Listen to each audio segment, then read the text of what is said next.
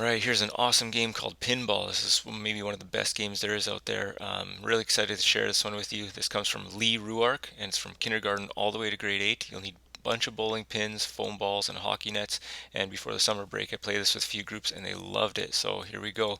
What you're going to do is you're going to split the gym to two halves for two teams. You're going to use the basketball hoops on each side.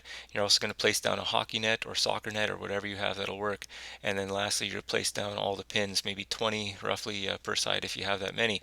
And you can also, alternatively for the next round, maybe have the students place down the pins. So they might spread them out in whatever way that they want, bunch them up or have them singles. It's up to them. You just can't put the pins behind the nets to hide them there. And then you're going to have the students. And if you notice on the teams, they have two goalies. You can play with one or two goalies, I find works best. And then throw in the balls.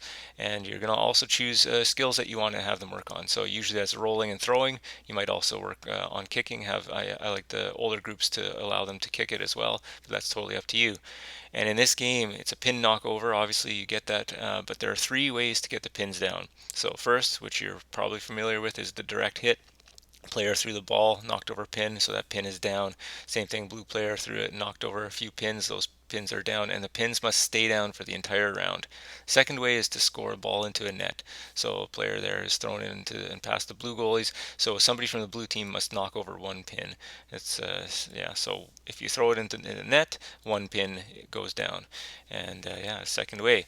Third way is to score a basket, and this is great, especially at the end of the round. Maybe the team has two pins and they're all guarding those two pins, and if somebody launches one and gets it into the basketball hoop, then the team has to take down two pins.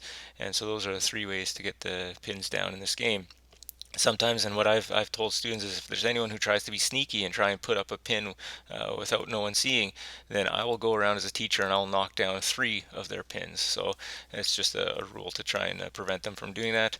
And same thing as if a player tries to cross over to grab a ball from the other team's side, I say I'll knock over one of their pins for doing that too.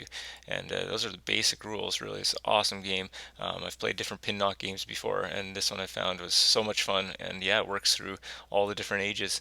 So if you've enjoyed this game, please consider subscribing for more games and visit PhysEdGames.com.